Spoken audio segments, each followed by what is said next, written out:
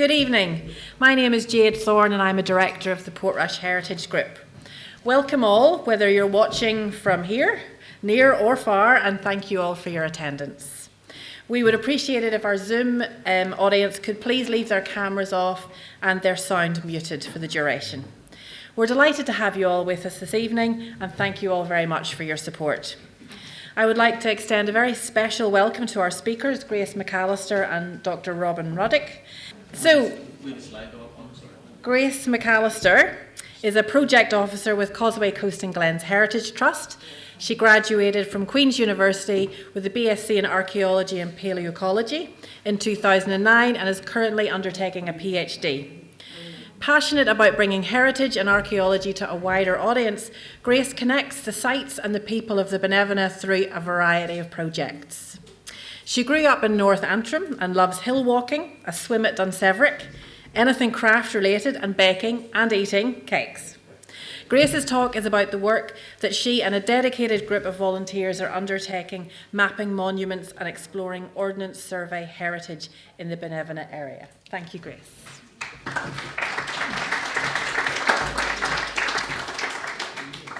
Hello everybody, good to see you all tonight and thank you very much John for inviting me to come along and thanks Jade for that introduction. Yes, I work for Causeway Coast and Glens Heritage Trust, sometimes known as CCGHT, and I've been working there for the last 3 years. And most of that work in the last 3 years has been focused in the Binevenagh area, working on the Binevenagh and Coastal Lowlands Landscape Partnership Scheme. But for those of you who don't know, Causeway Coast and Glens Heritage Trust, we're sometimes confused with the council, but we're not the council, was established 20 years ago. And we're a partnership body and a registered charity which is devoted to promoting, protecting and enhancing the unique landscapes of our 3 local areas of outstanding natural beauty. So that's the Binevenagh AOMB, the Causeway Coast AOMB and the Antrim Coast and Glens AOMB. So that's quite a wide area that stretches from Ballykelly in the west all the way around to Curragh, and that encompasses 2 council areas, so Causeway Coast and Glens Borough Council, but also Mid and East Antrim Council area too. And we're funded by a range of bodies, so DERA, NIEA, the councils, Tourism NI. We also work with lots of project partners to deliver our projects. That's a really important aspect of what we do. And we apply to other funding bodies as well. So the Heritage Lottery Fund is a big funder for us, and when we can, we still apply for European funding here and there too for our projects. But like I said, the focus of tonight is the Binevenagh area and a project called Mapping Monuments. And the Binevenagh and Area Coastal Lowlands Landscape Partnership Scheme is a 5-year funded project, funded by the National Lottery Heritage Fund, and it started in September 2020, so in the middle of lockdown, so we had quite a tough start, but we're now in our 4th year of this 5-year project. And the vision of the Landscape Partnership Scheme is to celebrate and connect local people with their unique landscape and heritage to build sustainable and resilient communities. And in order to work towards that vision, our projects are divided into 3 main themes, so natural heritage, outdoor recreation and historic environment. And in my role in the Heritage Trust, I was looking after those projects related to historic environment. And in the Binevenagh area, a lot of that is defence heritage. There's a wide range of defence heritage sites in that area, dating back from Napoleonic times right the way through to World War II. But this map, you'll all be familiar with where Binevenagh is, but it just shows kind of the outline of the area I'm working in. So it stretches from Ballykelly all the way over to Ardaclave. And I suppose it's 196 square kilometres, and the key features in that landscape are the uplands of Binevenagh, but also those coastal lowlands along the Loch Foyle. And unsurprisingly, those geographical features have influenced the archaeology and cultural heritage in the area too. And perhaps one of the most notable roles that landscape has played is in the Ordnance Survey of Ireland. So for those of you that don't know, the first Ordnance Survey of Ireland was carried out between 1824 and was complete and 1846. And this was led by Lieutenant Colonel Thomas Colby. And this was really important because it was the first large-scale mapping of an entire country anywhere in the world. And the skills and methods and technology developed during that survey was groundbreaking, and it was later used when surveying and mapping India, the Himalayas, South Africa and America.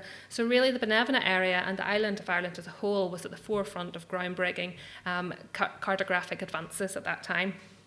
And as well as producing the maps, notes and sketches were made of the land as well, and these were later published as the OS memoirs, which many of you will be familiar with if you're researching history and archaeology, and they're a really rich resource when you are doing that local research because they capture so well detail of the 1820s, 1830s, of the people who were living there, the environment at the time, the habitats, and the archaeological sites and historic monuments too. So a really rich resource for anybody researching history.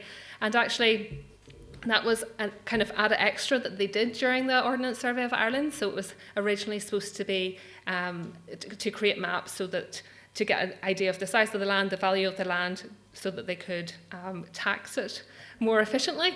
But this kind of added extra of this like local information was really important, but it also Colby came under quite a lot of criticism for it because it took a lot of time, it took a lot of expense, and at the end of the day they kind of had to stop doing it. But we're really lucky that in Ulster it was a really complete record was made of all that kind of local detail, so we're very fortunate in that. The maps produced by the Ordnance Survey were based on a framework of triangulated points between mountaintops and summits of mountains and a known distance called a baseline. So for the baseline, an area of flat land was needed, and Colby decided where this would be himself. So he travelled around Ireland and decided that Lough Foyle would be the location of this baseline. So the baseline is 8 metres long, and at 8 metres long, it was the longest of any kind of mapping baseline in the world, and it goes from McGilligan Point all the way to Ballykelly, so it goes through 30 townlands. And it's the flatness of that area around Lough Foyle that's really important for this, because anybody, of course you've been there, but you really notice how flat and how unique that is really in Ireland. Those kind of sandy plains are really useful for that. And it's important to note that the baseline isn't a physical line in the landscape. So if you went out to look for it, you wouldn't see a line or a ditch or anything in the landscape, but it is marked. And it's marked by 3 base towers. So some of you may be familiar with these towers. And it's not only marked by those base towers, it's also protected. And they're quite unique. And these circular towers, it was actually designed by Colby. He wanted to preserve them in this way. So the idea being that if they were ever remeasuring again, they could recreate that baseline for your accuracy. And the baselines are actually, these base towers are actually designated listed buildings. So they are offered heritage protection and they are acknowledged for their significance in this Ordnance Survey heritage. And the 3 are located, one's at Ballykelly, so it's kind of just behind, there's a housing estate before you get to the Drummond Hotel, and it's just behind there. So it's on public land, so it's publicly accessible. You can go and see it and get up close to it. That's it at the top there. And there's another one at Ballymahulland, which is towards McGilligan Point, and the other one is at Minerney, which is near Ballerina Estate. So Ballymahulland and Minerney are on private land, so they're not accessible. But Minerney, some of you may have knowingly or unknowingly come quite close to it before, because if you're getting the train between Ballerina and Derry, Londonderry, you actually go past it. So the next time you're on the train for that section, if you look out the left-hand side of the train, you'll see Minerney Base Tower. So you'll see a little bit of Ordnance Survey heritage up close. So all this kind of background to Ordnance Survey heritage in the Binevenagh area leads us to our project, which was called Mapping Monuments. And this was a community heritage project which explored legacies and landscapes of the early Ordnance Survey within the Binevenagh area. So the project was thought up and led by Professor Keith Lilly, and he's an historical geographer at Queen's University, and he has a particular interest in archaeology, but also the Ordnance Survey in Ireland and Great Britain. And the project came about way back in 2019 when Keith, along with ourselves at CCGHT, hosted a walk and talk in the area exploring this Ordnance Survey heritage. And there was such public enthusiasm for it and such local knowledge about it and interest in it that we decided to pursue that project further and try and get a bigger project on the go that would, with funding from the Heritage Lottery funding. So through the funding we got from the Binevenagh and Coastal Landscape Partnership Scheme, we were able to develop the Mapping Monuments project. And it got up and running really in March 2021.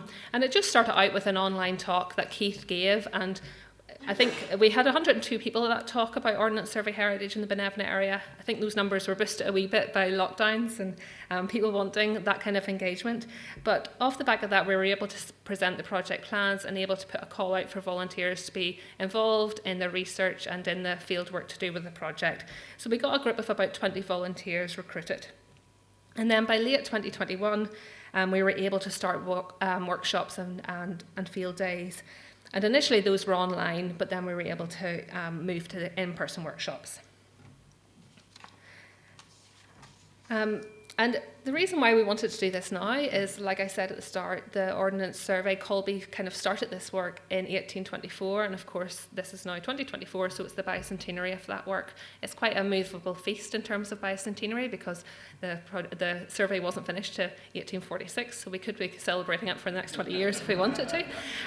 But we decided to kind of kick things off. But just to be aware, you probably will see a lot more about this Ordnance Survey heritage in this anniversary. You'll see a lot more events happening around the province in the next few years, I would say. In regards to what we were doing, so there was different project volunteers could get involved in different ways. So there was desktop research to be done, there was field work to be done, and it was really up to the volunteers how they wanted to be involved and what they wanted to come along to. So in terms of desk-based research, that was things like looking through the Ordnance Survey memoirs to build a picture of what life was like along this kind of baseline, those 30 townlands between Magilligan and Ballykelly. And we're also looking through newspaper archives, looking through prony records, just to and photography records as well, to see what kind of picture we could build. And quite a lot of the time, the volunteers were looking for things, and you found a lot of general information about the survey, advertisements for engravers to work on the survey, for surveyors themselves, kind of lots of newspaper adverts looking for people to be employed in the survey. But it was very hard to find information relating specifically to the Lochfoyle baseline and that work. But one of the things we did find in Prony was this map of Tamletard, which dates to 1824. And I think one of the reasons that's really interesting is because that was when the Ordnance Survey work was starting. And this map was produced by the Reverend Samuel Boyd, who was a Presbyterian minister at McGilligan Church. And he obviously had a really keen interest in history. And so he had produced this map alongside a statistical survey which was documenting the people, the land, the place, so kind of like his own Ordnance Survey memoir before the Ordnance Survey memoirs were produced. And it's a really interesting read. And the map he produced is surprisingly accurate. And very similar to the Ordnance Survey map, but it just gives you a little bit more personal detail and just fills some of the gaps that, because the Ordnance Survey map is a technical map, it can't fulfill. And Reverend Butler, as well as recording, I mentioned they were recording all that personal information as well, or information about the area. John O'Donovan was tasked with recording all the place names, and we know that John O'Donovan actually visited the Reverend Samuel Butler to verify some of the local place names in the area.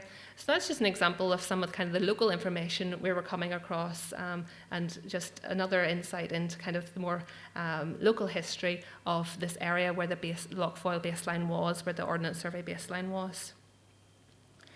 As well as desk-based research, a large part of the project was field work. I've already mentioned the base towers, which are a physical marker in the landscape and a protected marker in the landscape of Ordnance Survey heritage. But one of the other physical remains are these benchmarks, which are sometimes known as crow's feet. So I know Peter Wilson has done lots of kind of research around benchmarks in the local area and has done a lot to promote kind of their importance in terms of heritage. So if you ever want to hear more about the benchmarks, definitely get Peter to come along and give you a talk. But these are really important. So many farmers will have these on their buildings or on their walls, and many of you will have seen them, or maybe you haven't seen them, but they're quite often on prominent historic buildings, so bridges and churches and older buildings in the town. And they were, before the digital age, they were an essential part of the surveying process and necessary for determining heights. So the location of these benchmarks are marked on the Ordnance Survey maps. So through desk-based research, by looking at those maps, volunteers were able to locate where they were located and then go out and check if they still survived in the landscape. So 208 potential benchmarks were identified in the maps, and the location of 146 of these in the Binevenagh area were visited by volunteers. They found that 40 of those still survived. That doesn't necessarily mean the rest were all destroyed. Quite often things, they're overgrown or things are built around them that they're not accessible, but it just gives you a sense of the kind of these little markers in the landscape that are another important bit of Ordnance Survey heritage.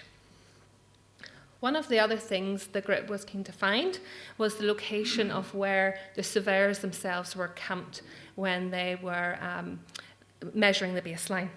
So we know that the baseline was measured from north to south. So they started in McGilligan and they worked towards Ballykelly. And this was done over 2 6-week periods in 1827 and 1828. And it would have been a sizable team involved in this process. We think about 50 people, and they would have all had to stay locally during this work, during these 6-week periods. This image here depicts that baseline measurement, so it shows the surveyors at work, and you also get a sense of the site infrastructure. So you see kind of the bell tent in the background, and it's not unreasonable to think the surveyors were staying in tents like this while they were taking their measurements. But where exactly were these tents? So we know that Thomas Drummond, who was one of the more prominent surveyors during the Ordnance Survey, he writes on the 24th of June 1827 that the encampment is by the side of Mr. Gage's park wall near the row. So the task was to find this location. So local people knew that the Gage family were the previous owners of Ballerina Estate. So from there, they were able to come up with possible locations that fitted the description of between the park wall and near the row. So between the estate wall or the domain wall and the river row.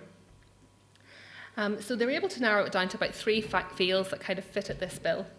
And then under the guidance of researchers from Queen's, these sites were geophysically surveyed using ground penetrating radar, magnetometry and metal detecting. Now it's important to note the metal detecting, that was non-invasive metal detecting.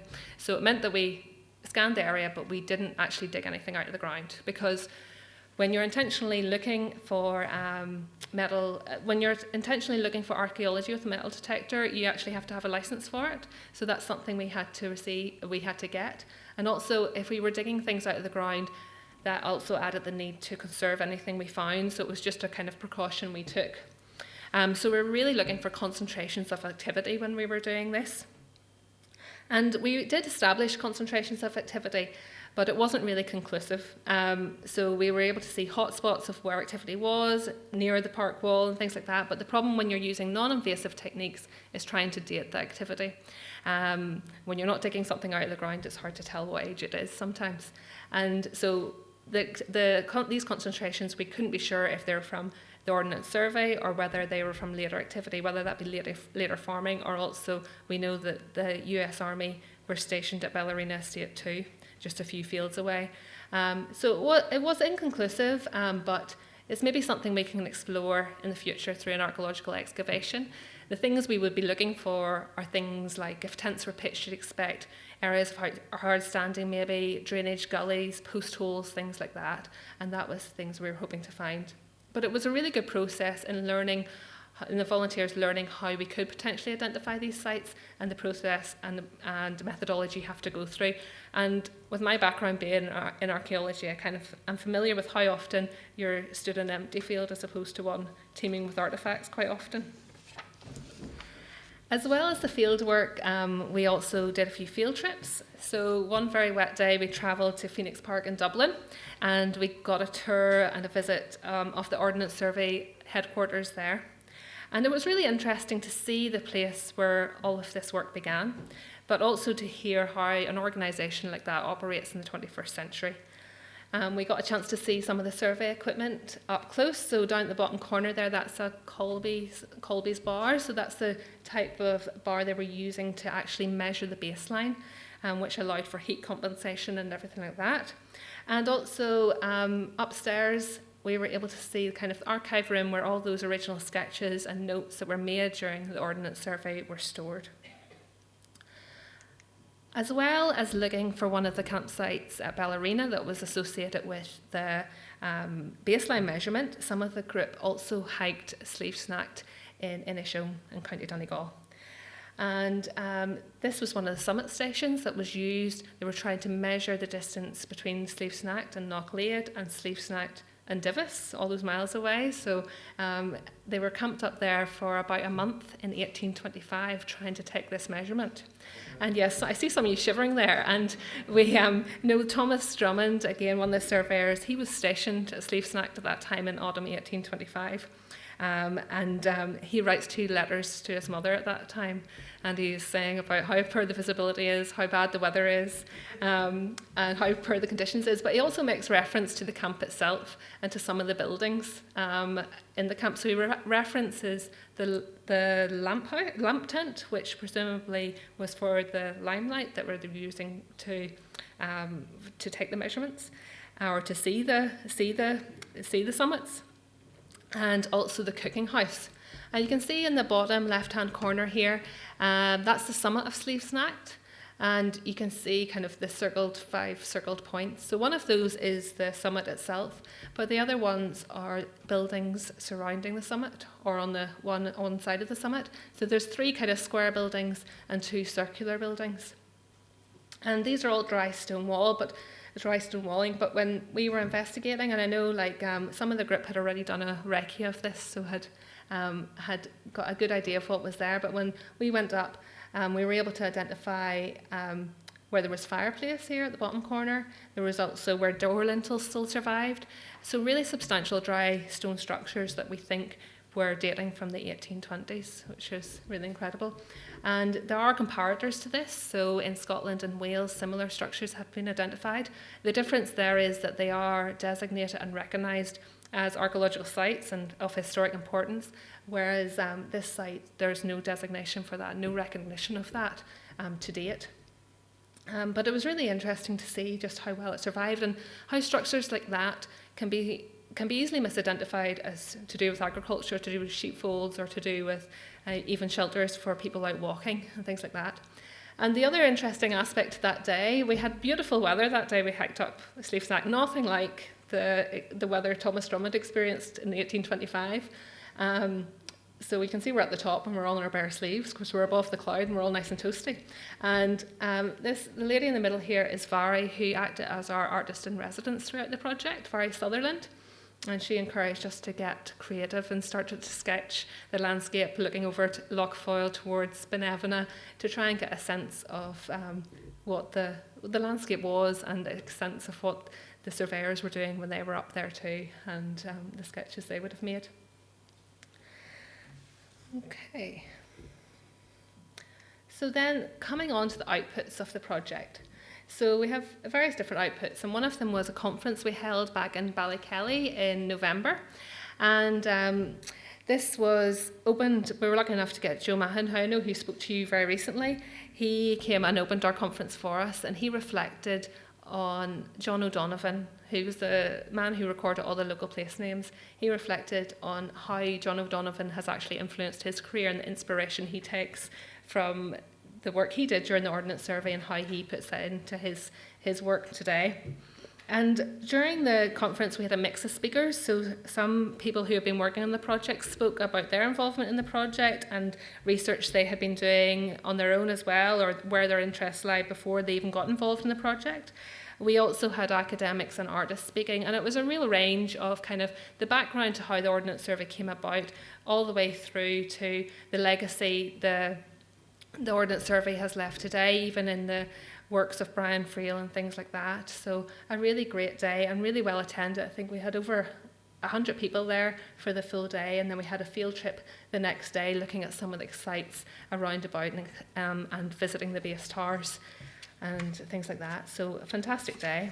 And then the other thing we have at the minute, which you can go and visit, is an exhibition which is currently on in Roe Valley Arts and Cultural Centre. So this is just bringing together some of the research that the volunteers carried out and putting it on display. So it will be there until June 2024, and then from there it's going to Armagh County Museum, and then it'll be in the Guildhall in Derry for a short while in autumn. And within the exhibition, you can see some of the art that was produced by Vary, who I showed you a picture of earlier, and also we have a collection of objects that were kindly loaned to us from a retired surveyor in Dublin. So he collected lots of surveying equipment that was always, he ran a company, so it was equipment that had been returned to him over the years and that he decided to keep because he saw the technology changing so much. So even this equipment from the 70s and 80s has become kind of artifacts in their own right now. And he also has objects from the 19th century surveys as well. So if you're interested in that kind of those kind of objects and things and how the survey was done, please do go along and see the exhibition. The Rural Valley Arts Centre is open every day until about 5 o'clock, apart from Saturdays and Sundays, I think. So Monday to Friday, go and see it if you can. Okay. And then the other thing is that we have a project website which Queen's produced. And this just details the kind of an overview of what was involved in the project, a kind of outline of everything we did and the workshops the volunteers were involved in. And also it has a kind of story map or an interactive map. So all these dots are where there's benchmarks located or the base towers, and you can click on those and find out more about it. So you can go to that website just to say that that should be mapping monuments at the end. So wee S is dropped off the end there, but just if you had an S on there, that will keep you right. And then, just to end on something nice, the volunteer group were nominated and shortlisted for a Heritage Angel Award in the category of Best Research or Interpretation of an Historic Building or Place. We didn't win, but we were highly commended, which was a great achievement in itself. And I just want to do a big shout out to the volunteers because really the project wouldn't have been a project without them. And their interest has been really fantastic. And one of the things that has probably surprised me most is the broad reach that Ordnance Survey Heritage has. So our group was made up of hill walkers, local historians, artists, retired surveyors, and all this broad range of interest was really valuable to the project. So I want to thank them all for giving their time and lending their skills and sharing their knowledge with us so generously. And I should have actually meant to... One of our volunteers actually produced this booklet, which is all, I didn't go into lots of detail about the technicalities of measuring the baseline and the history of the Ordnance Survey, but Michael Corey in this little booklet does go into all that detail. It's a really well-researched piece of work, and I bought booklets with me tonight. John reminded me to bring them with me, so there's a booklet for you all today that you can take home with you, so you can just have a bit more information about the specifics of the baseline. So thank you, Michael, for producing that. So that's everything for tonight. So just thanks again to the Mapping Monuments Volunteer Group, to the National Lottery Heritage Fund, our funders, to the team at Queen's, Keith, Rebecca, Alistair and Thorsten, McGilligan Community Association, who kept us well fed and watered, and to the landowners, especially Sir Dennis Desmond and Billy McConway, who are the landowners at Bell Arena. Thank you very much.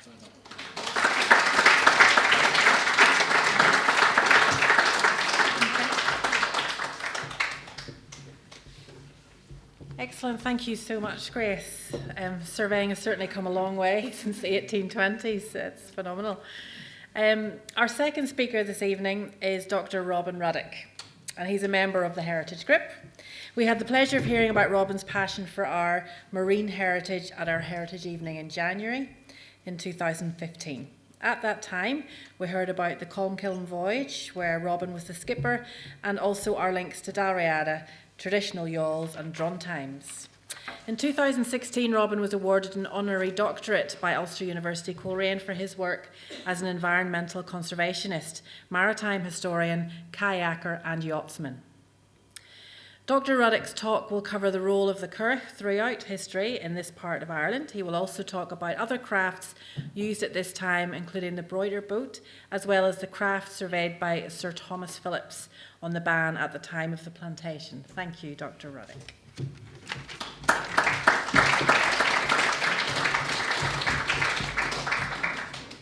Okay. I'd like to start, before I go through a slideshow, I'll just show you some of the artifacts I've brought with me that are related to my talk, and also where my information has come from. I have been involved with Currachs for 30, maybe 40 years, and on the sea for longer than that. But what I'd like to do is to share some of the resources that I have used to learn about this subject. And also I have practical experience of handling these boats with, for example, with the Columkill, voyaging out on the open ocean with Currachs, as well as these smaller river Currachs.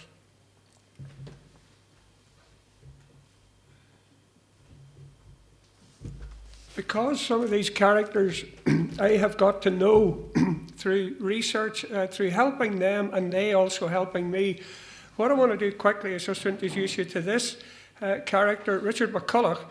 Many of you will know the odd house in Ballintoy. Richard was the second owner of that house. And Richard, from Cork originally, was a lecturer in Stranmillis in technology and so on. His nickname was Diesel because everything Diesel do, and you know, when you were looking for something to fit, that'll do, and this'll do, and Diesel do. So he got the nickname Diesel McCulloch. But Richard had a four-man Nevogue, a Kerry Curragh, and it is currently in the Ulster Folk and Transport Museum. And sadly, our maritime heritage, and I've no shame in saying this, we have been working with the Ulster Folk and Transport Museum trying to get their maritime heritage out and available to people. They have a fantastic backlog and store of old Currachs as well, old Currachs that I'll mention in a minute in the talk. And they deserve to be seen. And it's a shame that, you know, you have to go behind the scenes to get access to these things. So it means it's very limited, instead of sharing our knowledge with a much wider community. Somebody who's had a massive influence on recording our maritime heritage, and he was heavily involved, Donald McPolin, a Moville man who was an art teacher in Dublin. His sketches, the details that he has captured in the sketches that you can't get necessarily with photographs. To sketch something, you have to really understand it. And I'll mention Donald again. An odd aside is one of Donald's, I think it was his great uncle, in the Second World War, the Mulberry harbours, once they were constructed, they were sunk to the seabed and then were raised, so the Germans weren't aware of what was going on. They couldn't work out how to efficiently lift them. Donald's great uncle, I think it was the diver in the Royal Navy from a nationalist background who actually solved the problem as to how to get these things out of the bed of the ocean and successfully go ahead with the Normandy landings. Just an aside. I'll mention Canon John Barry, the voyage of 1963 that followed the Columkill voyage, or an earlier version of it. The Brendan voyage, Tim Severin, many of you will be well aware of, which proves how capable, ocean capable, Currachs are. The Bible of Currachs from the 1930s, James Hornell came and surveyed the whole coastline of Ireland. Had he not done that, some of the uniqueness of the types and so on would have been lost. And finally, going back even before that, the photographs of, oh goodness, the name.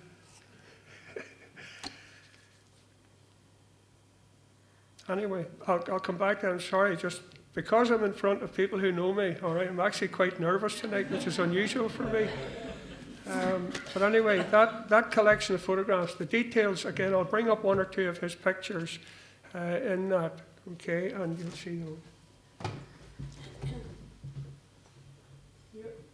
The other person I must mention is a German, Holger Lonse. Holger started a project. He came as an artist in residence to Machary at the south end of Lough Neagh and started the Machary boat building project. And Holger is, and quite often it takes somebody from outside to appreciate what we have in this country. The Columkill was actually built by two Germans and an Irishman. And Holger from Germany understood that we have something unique here. And thankfully now we're looking for for European recognition of the Currach as being a unique product to this part of the world. To have it actually, preserved and recognized for what it actually is. And what I love about this all is, it's probably the simplest boat form you'll ever come across, but it's actually one of the most efficient. And it's actually a very cheap form of boating as well, which is one of the reasons why it exists and was retained in Ireland, even in this area, up until fairly recently. This is actually a bronze Currach. Holger is an experimental archaeologist, and this was cast using the exact same techniques that would have been used in the Bronze Age, using horse shit and charcoal and bellows, and formed in a crucible, and the mold for that was actually made out of horse dung. The technology that these people had was actually very advanced. If you asked me to make that today, even with the knowledge that I have from secondary school, science and so on, I would struggle to fashion that.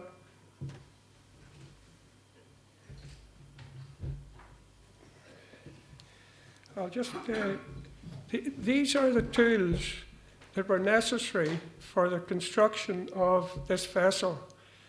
These are all salvaged out of the ban, just things that I arbitrarily came across and have collected. The different knives and scrapers. One of them is from White Park Bay, which in my understanding, from my knowledge of how you would use these boats in this area, is a tool that could have been used to fashion a Currach. White Park Bay would have been a perfect takeoff and landing point to make the journey across to Islay, Kintyre and so on, allowing for the tidal movement. That's a perfect takeoff. And the beauty of these boats is you don't need a harbour for them.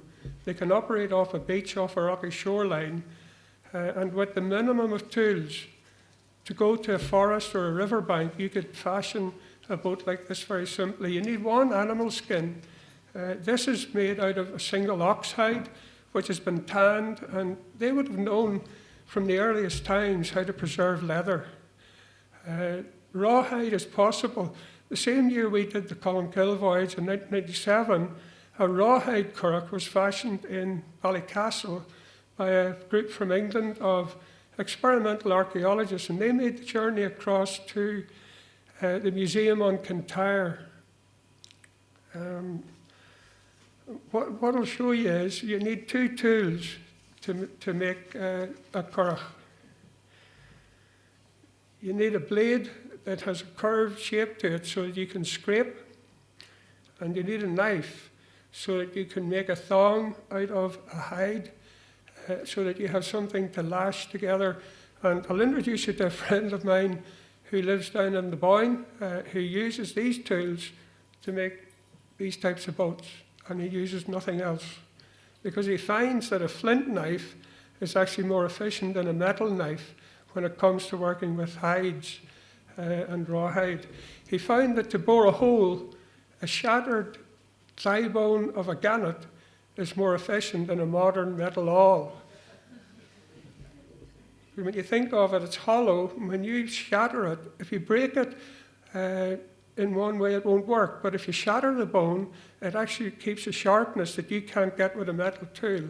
And then when you penetrate the leather with the spike, you can then pass the thong inside the hollow bone and draw it back out again. It's only by experimenting and playing with these things that you realize, like, this is how these boats could have been made. Because they don't survive in archaeology, it's all organic. So in most of our environments, this will not survive unless it's buried in a bog and preserved in the peat. You're not going to find a currach from 10,000 years ago. So I think then later on in the Neolithic, once you had stone axe tools, you could then make more substantial vessels by splitting large trees. Hazel and ash and willow. This is entirely made out of hazel and willow. If you want to make a larger boat that you need a stronger gunwale, then you need to use heavier wood to keep the frame.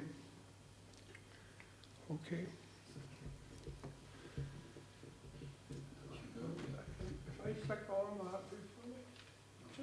before we go on, this is an old oar from Donegal. It's okay, it's fine. But what I want to show you here is that people look at that and think, that can't be that powerful, that can't be that useful in the ocean.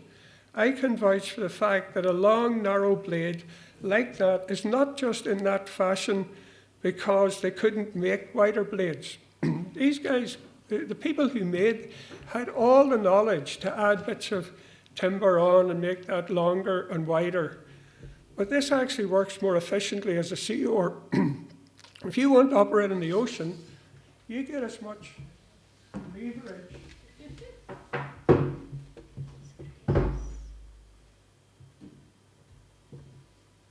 You get as much leverage out of that because it's longer and narrow. It's like having gears on a bicycle.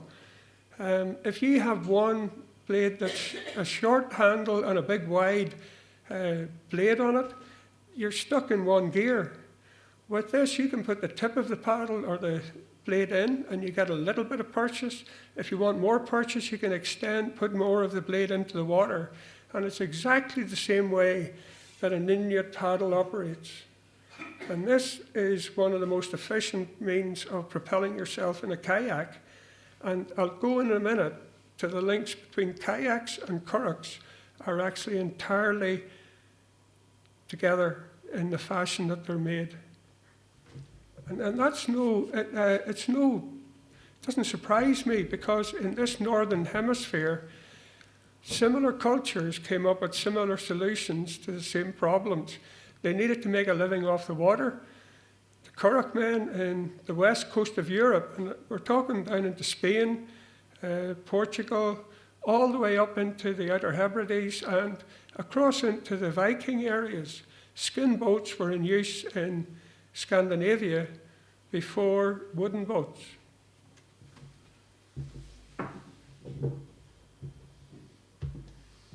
Just so that you can see, the easiest form of propulsion was a paddle. And you'll see how this can propel, one paddle used in a figure of eight sort of motion can propel these boats on your own, make it go in a straight line. If you have a number of people paddling on each side, then it can operate very effectively. So we don't know when the transition went from paddling boats to rowing boats, but it happened somewhere back in time. But we can't pinpoint, like, where did that actually happen? Okay. My background, most of you will probably know, actually came from this form of watercraft. And I have a passionate interest in Inuit culture. And actually next weekend I'll be in the museum in Dublin in the back store studying East Greenland kayaks, which we've only heard were in existence purely because Donald McPolin, a friend who was researching the Curragh book and Donegal Currachs, said, Robin, I saw a couple of kayaks in the back store. None of us in Ireland who have been kayaking since the formation of the sport in Ireland knew that these boats existed. There is a unique kayak in the Ulster Museum in back storage from Labrador. The people who have written books about kayaks in the world didn't know these things existed. And that's why we have this culture of sharing information, sharing knowledge. And I can't wait to get to see these East Greenland kayaks. These kayaks, one I built up with John Wilkinson, who lives and works up above Castle Rock. John builds these. He also builds currachs with school kids. And if you wanted a currach made, he would build a currach for you. Fantastic artisan. Anyway, these are two currachs that I owned. They're actually a design from Curragh. They're called an Evogue down in the Blasket Islands, and they're quite a distinctive difference from the currachs of Ulster. They're probably the most seaworthy, and it was one of these that we based the column kill on. You recognise maybe Norman Rowe and Hope Gardner. Yeah, for many years we ran traditional boat rallies down in Portrush fantastically successful events, and for various reasons, mostly because of negative support from the council, those petered out. In 1896, a ploughman in Limavady, Thomas Nichol, he ploughed up this boat along with other artefacts, which became known as the Brighter Hoard, one of the most valuable precious hoards ever found in Ireland. This is probably the second oldest artefact we have to give us an idea of what did a Currach look like. What did an ocean goat Currach look like? We can see the number of seats in it, the number of oars that were used, the fact that they could sail them. The goldsmith who made this had the skill to put planking to show you, to illustrate, but we're almost sure that this depicts a Currach. The earliest evidence we have of Currachs in Ireland actually comes from a stone slab down in Cork, the Bantry boat, and it's that way up. The monks are rowing heavenward. There are crosses and a steering oar, and the detail of this actually enabled us in, again, the design of the column-kill. We studied the likes of these artifacts to give us a hint as to how would it be, how authentic could we make it. A friend down in the Boyne made this. So this is a single hide Currach. This is a 6-hide Currach. With that, I could happily have gone across the channel. We used it with one of the RTE presenters. They did a program on the blood of the Irish and got some actors to dress up. But we actually skippered the boat out and took them out into the sea as well for sea trials. Perfectly capable boat. I'd be happy to go anywhere in Europe from here in that boat. This is one of the earliest drawings from Geraldus Cambrensis, a Welsh geographer, I believe. And it shows you the Irish. These are Irish who plagued the Roman settlements across in Wales and in Cumbria. And I've read a very interesting book recently where the researcher believes that Patrick was actually taken from Carlisle, not from Wales. And he has good evidence to suggest that that is accurate. And he would have been stolen by a Currach crew who plagued the Romans. And the Romans wrote down in their records in Britain how the regular leather boats came across stealing people from the coastline.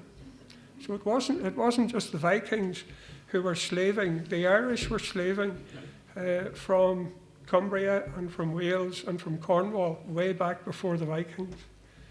This is the drawing that Thomas Phillips made in 1670, I think it was. And what this really shows me is that this was taken on inland waters. There are dugout log boats in the foreground just to the right of the big Currach. It's a wicker vessel made by the Wild Irish. But Phillips was a mariner, and he would have understood the difference and the uniqueness of this boat compared to what he was used to with Elizabethan vessels and Tudor vessels and so on. The Irish continued to use the local materials that were available and easily and cheaply made. They were well aware of timber technology, but they didn't necessarily have the interest or the money to copy what was going on with the heavy wooden ships that were being used. These boats could be drawn up on a beach, in a creek, hidden. They were often used, as we know then, for slave trading, but they were also used for poaching and all sorts of illegal activities. This is Clive Gibney. He built a Currach out of leather, the same size as the column-kill, 38 feet, would just about fit into this room. It took him 3 years of sewing. I think there's 30 hides sewn together to make it an incredible amount of work. And it's only been on the water 2 or 3 times because it's so big and so ungainly. This photograph is Welsh, the Welsh collection of photographs. This is of Ballycastle, the Fisherman's Harbour. And what's really interesting in this is we don't know why or how, but if you look down in the very lowest boat to the water is actually a Donegal, a Dunfanaghy type Currach. what's that doing in Ballycastle back in Victorian times? My feeling is this is there because the herring fishery was massive between Downings and so on, and when the fleets moved, the women and the children moved to gut the fish and prepare the fish, and the men would have brought their boats that they were familiar with them as well. So the big heavy luggers would have been anchored out in the bay, and the likes of this little Dunfanaghy Currach would have been their way of coming ashore to get supplies and so on. The boat depicted here is very similar to what you see. These boats were used on the Bann. There are archaeological records of, written record of the round curraghs on the Bann in Lough Erne as well, on the Blackwater, every major river. And dugout canoes were prolific as well. A friend of mine, a kayaker, found a dugout on the Foyle just months ago, a huge dugout. And because there's been so much rain, things like that are being exposed, just like with global or sea level rise. Archaeology is being exposed. Like every time you're on the beach, there is a high probability of finding something that has been buried for thousands of years. And it's a problem because some really unique sites are being eroded so heavily and so quickly, we're losing a lot of information. I'll just rattle through. I know I can't keep you long. John, give me a time. When do I need to stop this? It's half 8. 15 minutes. That gives me an idea, right? I'll rattle through. All right, but these boats were used as salmon fishing boats right up until recently, on the River Boyne particularly. And that's interesting in that it's on the east coast. We associate Currachs with the west coast. But we know from the Broider boat, from Thomas Phillips' drawing and so on, that these boats were definitely used, and there are records of them recently been, not that long ago, used in Rathlin. A very primitive form down in South Donegal. You can see the similarity with the woven, the willows holding the gunwale together.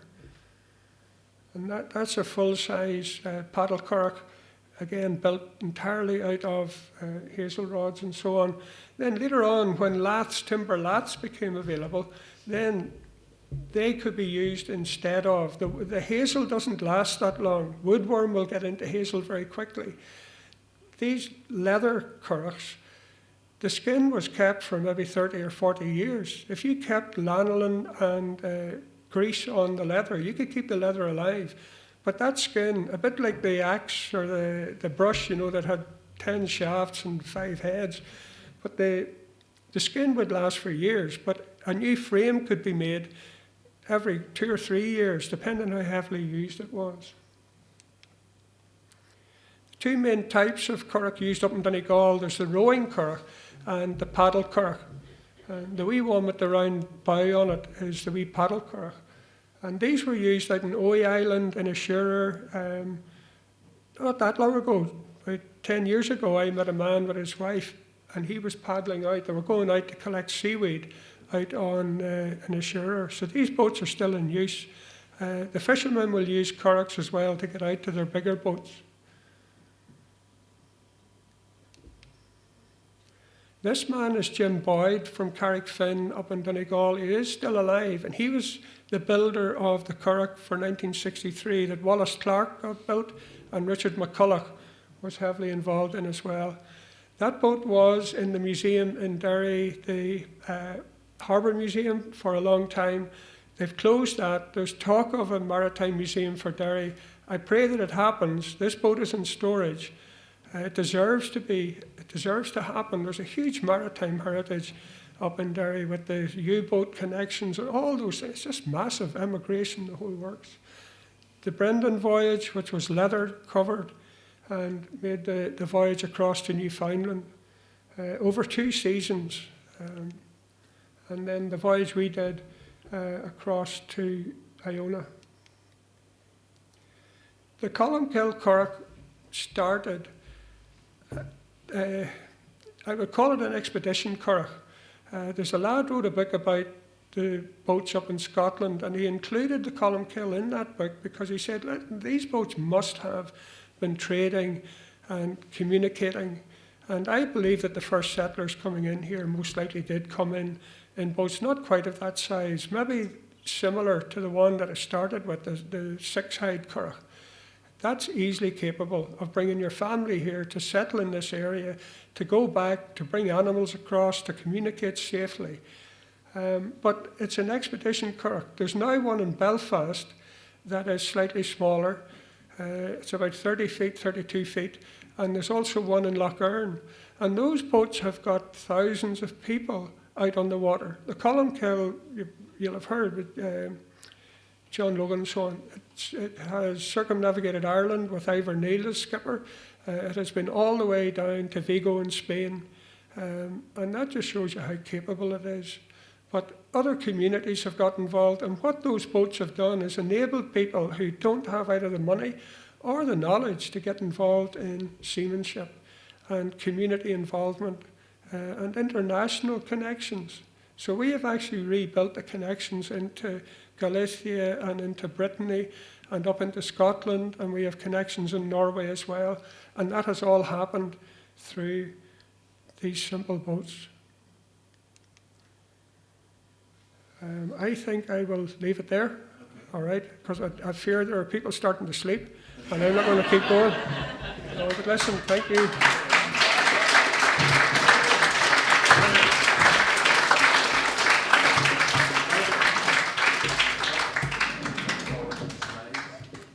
Thank you very much, Dr. Ruddock. Thank you so much. That was fascinating. I'd like to say a huge thank you to both of our speakers, Grace and Dr. Ruddock, this evening. Absolutely fantastic. Can we give them all a big round of applause, please?